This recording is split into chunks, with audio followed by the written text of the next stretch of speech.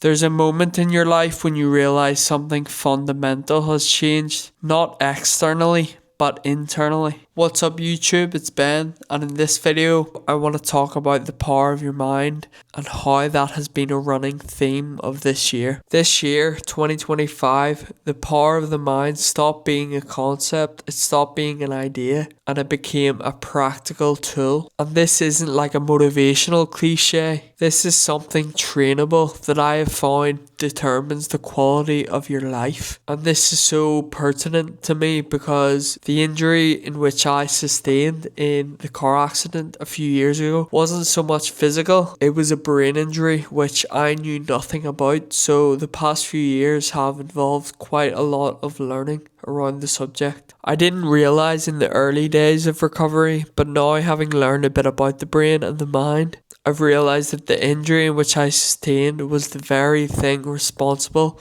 for identity, confidence, emotion, and self-belief. But I've only discovered this 3 years down the line, and therefore it's now a huge fascination of mine. I'm very lucky in that without this knowledge I have now about the brain, I took a positive approach in recovery, but had I have known this information earlier, it could have facilitated this recovery a lot better. Very little is known about the brain and the mind, and doctors and consultants would have said after a year, progress may begin to plateau. However, this year, 3 years on, I've seen remarkable changes after all this time, and I truly believe I'm going to continue seeing improvements with this new knowledge and information. So that's what this video is about. So what I want to talk about firstly is that after a brain injury, nobody prepares you for an identity shift. They talk about recovery timelines, symptoms, and physical healing, but nobody talks about the silent part, the quiet times where you're thinking to yourself, am I still the same person? You're being told about your injury, but because it's your brain, you can't feel it. Your memory feels unreliable, so your confidence is low. So this means that you don't just lose function, but you lose your self-image. And this is where it can be dangerous, because this is where you can start to label yourself.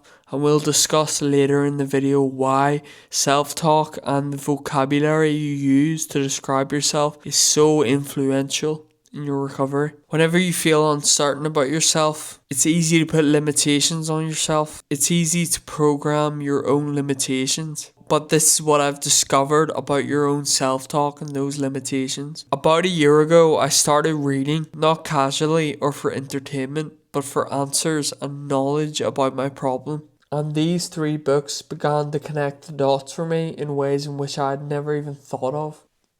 Psycho-Cybernetics by Maxwell Maltz, Outwitting the Devil by Napoleon Hill, and Awaken the Giant Within by Tony Robbins. And each of those books basically explains your life follows the image that you hold of yourself in your mind. They explain how influential your mindset is into achieving anything. They make you conscious and aware of how you're using your mind, which from what it seems is your greatest asset or tool that you have. This was a crazy discovery for me because I'd always been very consistent in what I was trying to achieve. I never really realized that I was shaping my thoughts to achieve the goal that I wanted. And in this recovery, I don't think I could have imagined where I am now.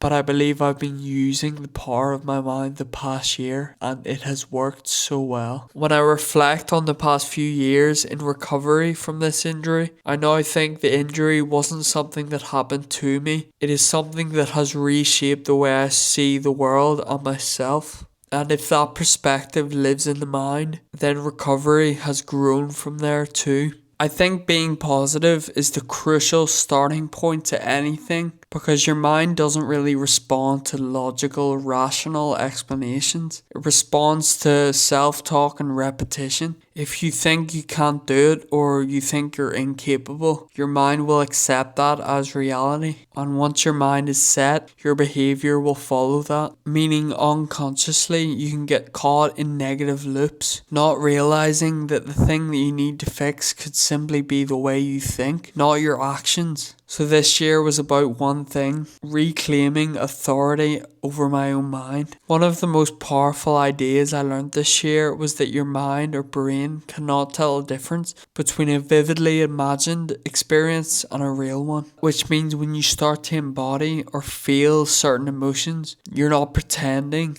you're training. So the past year I've tried to unrehearse fear, doubt and my limitations because they were so ingrained into me before.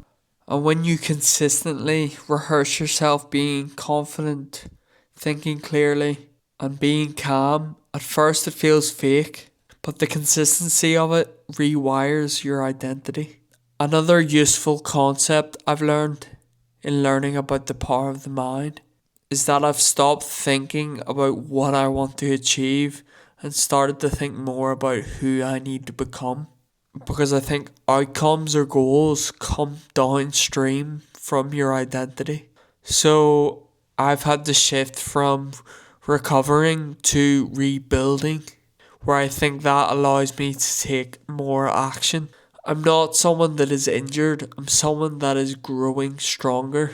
I've stopped trying to fix myself and I've started redefining myself, learning, evolving, and becoming. I feel like mindset is a practice. It's not something you read about once and understand. It's techniques that I test all the time. For the ones that work, I do consistently. And this year has been a year of awareness of my mindset. What thoughts am I rehearsing? What story am I telling myself? What identity am I reinforcing? I know I have a better awareness in what I'm training my mind to believe, and therefore what I'm training myself to become.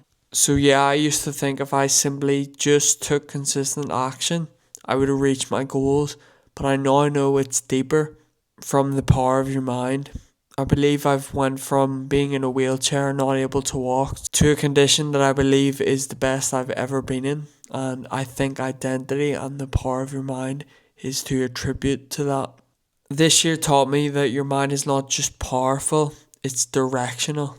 You need to aim it deliberately and your life will follow. If you're going through a challenging time or need to accomplish something, I would really recommend using the power of your mind to condition yourself to achieving it. It begins with this video and being aware of it. So now go use the greatest tool that all of us have, your mind. Thanks for watching. Please like and subscribe. Peace.